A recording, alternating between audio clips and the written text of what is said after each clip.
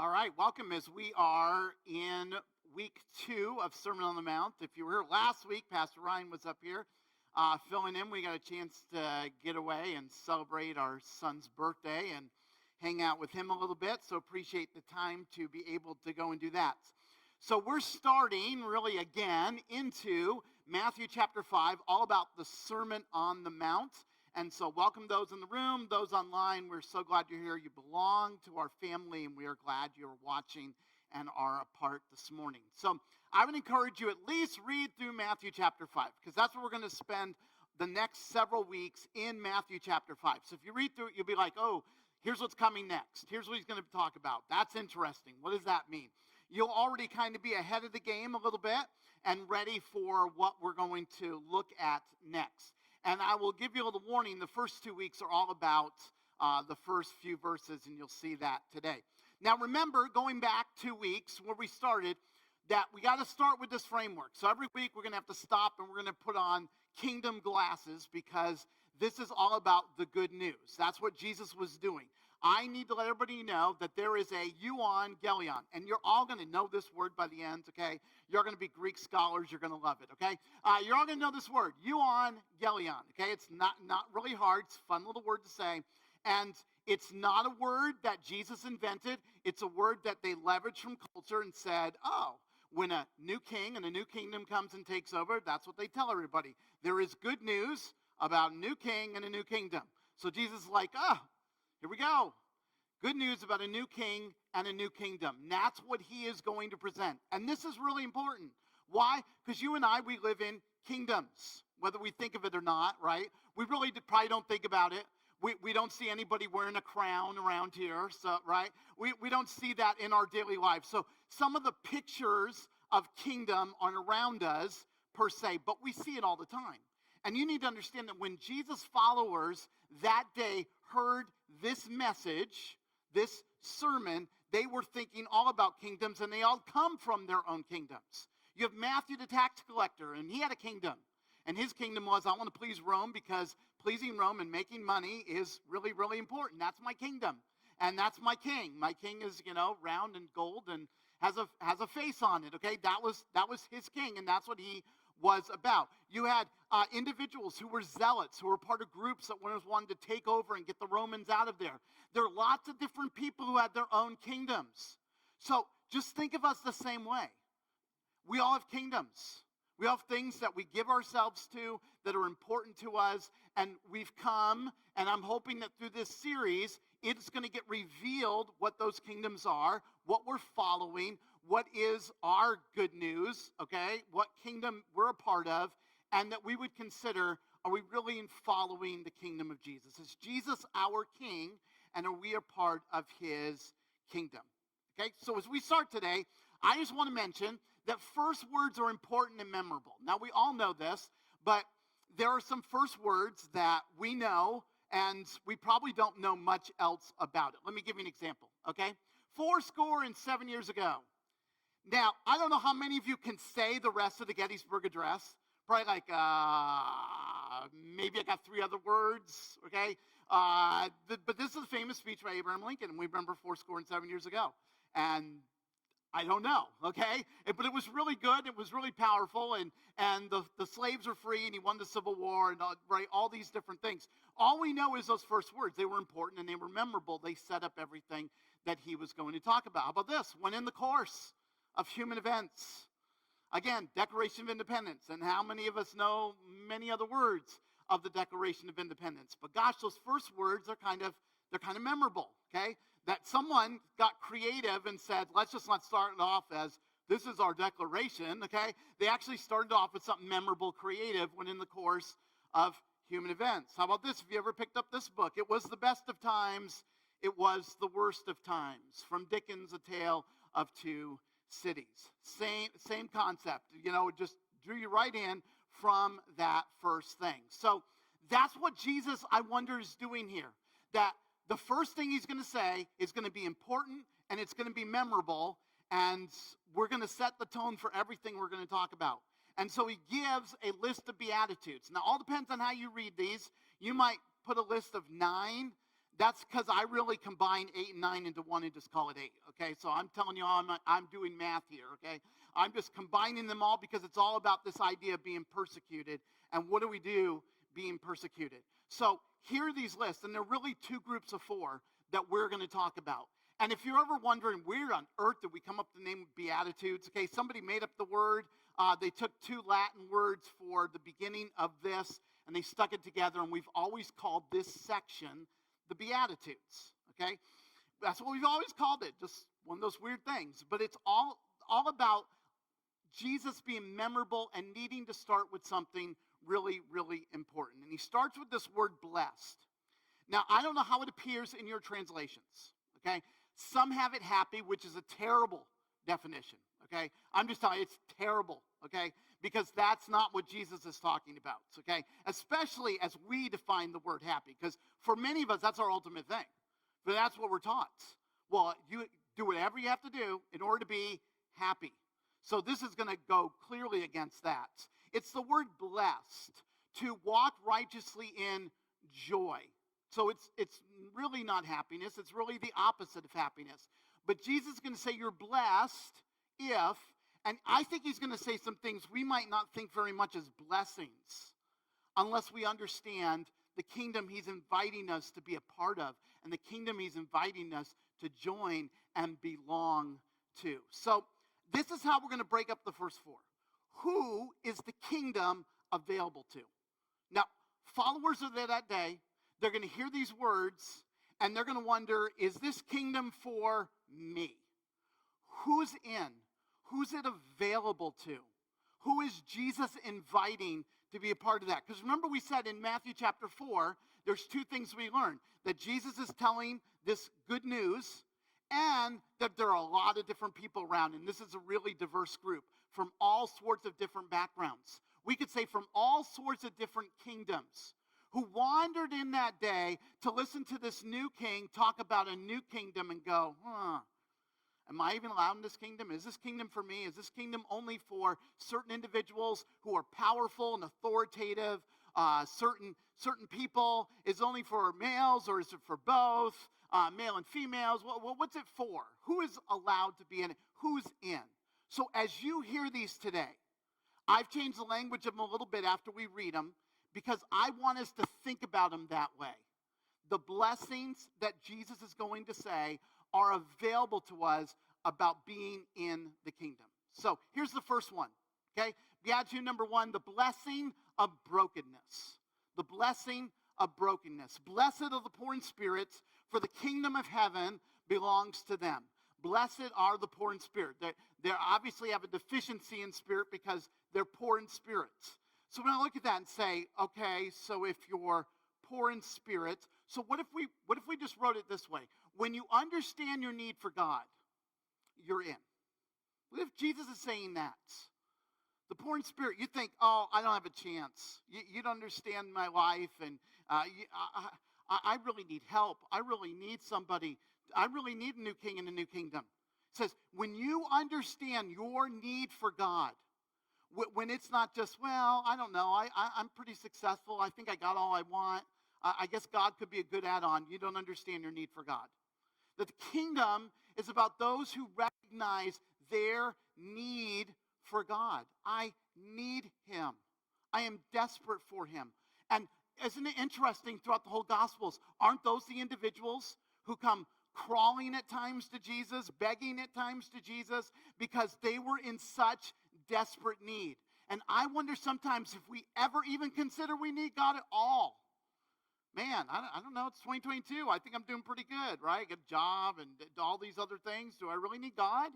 Do I really need God? I've got an answer for everything. I've got a solution for everything. That's at least what our culture tells us all the time. Why would you need God? Why would you need God? And Jesus is looking saying, I'm not here shoving myself on anybody. But when you recognize how much you need me, oh, that's a huge key. You're in. You're a part. The kingdom's available to you when you understand your need of it. Not just, oh, it might be a nice add-on, might be a nice addition. When you understand your need of God himself. Number 2, the blessing of heartache. The blessing of, this is a blessing? Follow along. The blessing of heartache. Blessed are those who mourn, for they will be comforted. Okay, so what are we mourning? What if we worded it this way, if it would help us understand? When you grieve, you're violating of God's shalom. You were in. When's the last time you grieved over breaking what God says is his design and his creation and his order of things that is supposed to lead to blessing and flourishing and great things? When's the last time you grieved over the fact that you violated that? You went against that. So there's a picture that Jesus tells of two individuals who approach God in prayer. And one of them comes to him and says, oh, I'm lost. I don't have a thing. I am terrible. I am a sinner, right? That's the one approach. The other approach was, God, I am so wonderful. I am so glad I am not like that person. I am nowhere near like that person. I am so glad for who I am. And Jesus looks and says, by the way, do you know the first guy? The first guy's in. First guy's in. Because he understands his need, his breaking of God's order and God's rule. And he grieves over the breaking of God's order and God's thriving and God's blessing for us. See, when's the last time you've done that? When's the last time you grieved over breaking one of God's commands, one of God's orders, one of God's blessings, that we could have a life that thrived and a life that would flourish? And we just kind of ignored it. Or we just kind of excused it. Or we read it and went, yeah, God, that's nice, but, God, it is 2022, and most people don't live like this. Well, that's absolutely right. I mean, you can take a poll, and I've read a lot of them. I have read lots of them, and they're not encouraging, so please don't do it, okay? It really isn't that there's not a lot of people following this. If you haven't figured that out yet, there is not a lot of people in 2022 following this. Just not. Just not. Because there's all sorts of excuses. Why? Yeah, but this is archaic, and this is old, and this is outdated. So why then would I grieve over the violating of this if I really don't care, if I think this is outdated? I won't grieve over the violating of it, over the breaking of God's commands. So when's the last time you grieved over that? And the followers that day, the people would have gone, oh. When was the last time you grieved? The blessing of surrender. The blessing of surrender. Blessed are meek, for they will inherit the earth. Now, meek gets really misunderstood. It's probably one of those words that we don't understand. It does not mean weak, okay? I know it rhymes, right? It rhymes, it sounds good. Yeah, it's got to be the same thing, right? Weak, meek, it's all the same. Nope, not even close. Meek means to put power under control. That's what it means.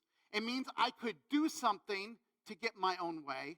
I could do something to get what I want, but I'm going to choose not to. It is the blessing of surrender when Jesus says the meek, the people who could just bully themselves around and use their own power and use their own authority and get whatever they want, but they don't. Oh, they're the real ones. We could say when you recognize your proper place in the universe before God, you are in. When you understand it's not about me. It's not about me taking all my resources and using them for me, taking what I have and using it for me, leveraging what I have and using it for me. And we see this all the time. People taking the positions that they get of power and authority, and they leverage all of that for who? The people who need it the most? No, they leverage that for themselves. That's how our world works. That we take what we have and we just leverage it for ourselves. And we just push it all and say, that's all for me. But the meek don't do that. They take that and say, how can I leverage what I've been given for the good of someone else? And Jesus says, if you do that, you're in. You're in. You're in. You're a part of the kingdom if you can do that. If you understand your place, you understand your role, and you understand everything you've been given is a gift from God to use and help someone else. If you could realize that, if you'd realize that, you are in. The last one, the blessing of neediness. Blessed are those who hunger and thirst for righteousness, for they will be satisfied. So when you rely on God alone to meet your need, you are in. When you hunger and thirst, but how are you going to meet that need? Well, I'll figure it out myself. I'll do it myself. When's the last time you relied on God to meet a need? To meet a need. Let's think about that. We joked a few weeks ago. I was joking with somebody in the church about that. You know, if it doesn't rain for a while, do we ever call a prayer meeting? No. Why don't we? We watch the weather forecast. Come on. Okay, come on, Channel 8. You better predict rain. Okay, that's what we're hoping for, because that's kind of who we're hoping is going to meet that need. Okay, that's kind of when's the last time we've actually done that? To actually understand that God can actually meet that need. When's the last time you actually leaned into God to meet a need in your life? Not, I'm going to figure out some other way to do it myself. Because, right, there's that verse. That verse, that phantom verse that I don't know, I hear from time to time, God helps those who help themselves, and I have no idea where it is. I've looked through my Bible, and I can't find it, okay? So if you can, please point it out to me. That somehow I just got to figure it out myself how to meet that need. No, what if I lean into God to meet that need? Those who hunger and thirst, guess what? They get to be filled because they realize who's going to meet that need. God is going to meet that need. And I'm just going to depend on him to do that. I'm going to do everything I can, everything he's given to me, everything that he's blessed me with, but I'm going to let him meet that need in my life. So those are these first four. These blessings that really come about by being a part of the kingdom when we understand that we're in need, that we have broken God's commands, that we are in desperate need of him and all he has done. That's how I want you to think of these things from now on. That Jesus is looking saying, so are these blessings yours? Are you relying on me? Are you looking to me to fulfill and to meet the needs in your life? Are you looking to me when you have needs? Are you looking to me when you need things fulfilled in your life? Or are you just going out in your own kingdoms trying to fill those things all by yourself? See, I think we have another word for it, and it's this word, grace. That those first four Beatitudes are all about grace. When are you going to realize that you can't do it on your own? You weren't designed to do it on your own. You weren't created to do it on your own. And you've got to totally out that. But if you could understand grace, that God's given that all to us because of what Jesus says he's going to do for us and for this group. That he's going to the cross, he's dying for their sins, he's rising again for their salvation, so he can offer grace. He can give them the things they don't deserve. And they might have said there that day, well, why would God meet my needs? What have I done for him? This is called grace. This is called grace. And sometimes we miss it. But I will tell you what, the stories we love, the stories you've told me about, the stories you're like, oh, I heard this week, okay, are of people who understand their need of grace and find a God who's willing to give it. Those are the stories we tell. Those are the stories we watch and like, oh, how remarkable.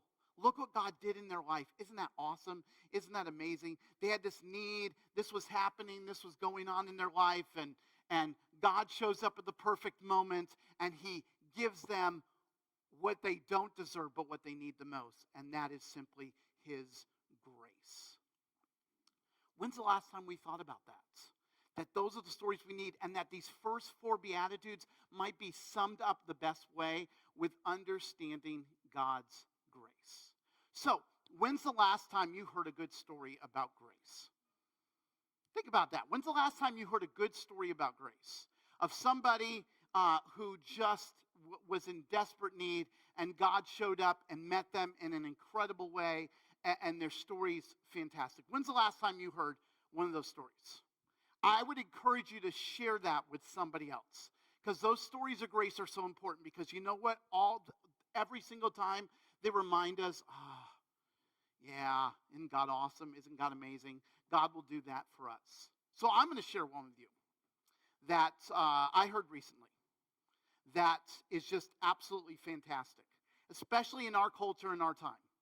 This is really, this is like on point to, if you follow much of culture news, culture trends, things happening in our world. This is like right on point with that. This is God saying, oh yeah, I know it's 2022, and watch what I'm going to do here.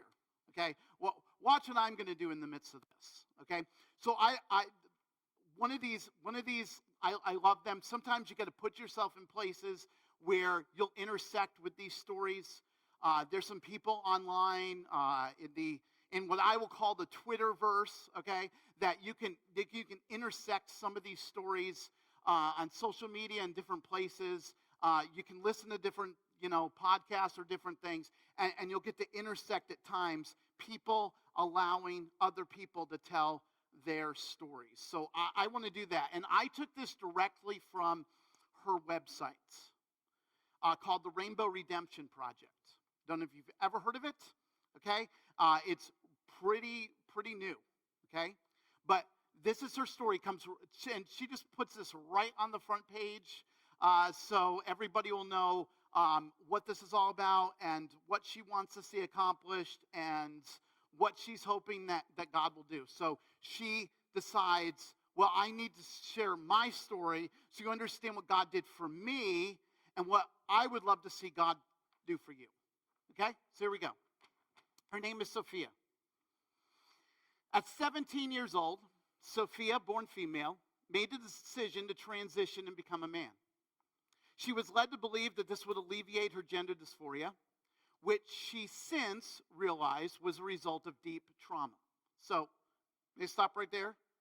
She's in desperate need, isn't she? The culture has a kingdom that it led her to. Okay? This is really important to understand. All our words come together. Deep need, she's led into a kingdom. Okay? But after 2 years of cross-sex hormone replacement therapy from the age of 18, a double mastectomy at age 19, she realized at age 20 that her life was left severely worse than before. Can I just tell you, her kingdom failed. Her kingdom failed her. That's what it did. She spent a couple years giving herself to this kingdom, and it let her down. It failed her. After deciding to detransition, go the other way back, she found no resources to help aid her in her tumultuous process. So after a year of attempting to move forward in the little strength she had, she ultimately surrendered her life to the Lord. Our language, she found a new king and a new kingdom. Through a personal relationship with Jesus Christ, she has been able to experience true redemption and healing in a way she never could have possibly dreamed. So her goal in establishing this organization is to help other detransitioners actualize the same redemptive power within their own lives, all to the glory of God. She understands from personal experience that true redemption of a life can only be found through Jesus Christ. See, that's someone who was a part of a king and a kingdom, and she found a new king and a new kingdom, and she found good news. She found redemption. She found redemption and grace waiting for her. And what does she want to do now? Gosh, we got to help other people be a part of this kingdom, especially the people that were just like me, that were in that place, in where I was, and in that place, and in that time, and that season. And so that's why she started what she did, because she had such experienced the grace of God in her need, and at a time when her kingdom had failed her, she found a new king and a new kingdom that redeemed her and changed her life and gave her the grace they wanted. Now, see, I know most of us, we have stories like that. of what the grace of God has done for us. And sometimes over time, we just forget it. We could start drifting to other kingdoms and doing other things. And I hope we recapture this morning that grace that Jesus alone offers us. That says, this kingdom is so much better. But I'm not going to force it on you. I'm not going to make you do it. I'm not going to draw a sword and hold it up to you and say, okay, you're going to do this or not. Nope. Your choice. When you realize your need, and when you realize your thirst, and when you realize that you are poor in spirit and you are depleted and your kingdom has left you emptiness, oh, I got a kingdom for you. And King Jesus is waiting with all his grace and all his hope and all his redemptive power. He paid for us by dying in our place and rising again for our salvation that he secured for us. Every single one of us. You watching online, for you as well. He secured it for all of us. So may we understand that to be in the kingdom of heaven is such an invitation. But it's not one of force, because God doesn't force himself on anyone. But he has abundant grace and redemptive power available for all who would come that way. So as we pray this morning, I want you to consider this morning. What kingdom are you in? Okay? What kingdom are you in? Our prayer team will be up here this morning. You can pray with them. If you're online, you can send a message to Destiny. Destiny's on the chat this morning. She will give me those prayer needs as well. She will pray for you. We would love to do that. We'd love to see you find the grace of God and a new king and a new kingdom and the redemption that you need. So let's pray, and then we're going to worship one more time. Dear Heavenly Father, would you help us? First, I ask that you remind us of the grace. If grace has captured our heart and it's worked in our life, then I pray this morning you would spark that in us and remind us of that. Father, would you also remind us that all these other kingdoms we investigate and we go give ourselves to, boy, they offer no grace. They are taking things that we don't even know they're taking. They are not meeting our needs. They are not for our good and not for our blessing and not for our wholeness. They take and they steal and they rob. And sometimes we don't even know it. But Father, I thank you for Sophia's story.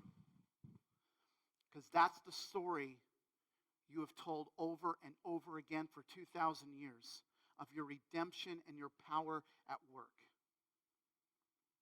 But you don't force yourself on anyone. And I pray this morning, above all else, we'd understand our need for you. And that the kingdom and this new king is available to us. And the grace that we need so desperately is just a prayer away. A word away from you, Father, reaching in. May we understand our need for you. May we reach out for you, and may you work powerfully in our lives. In Jesus' name, amen.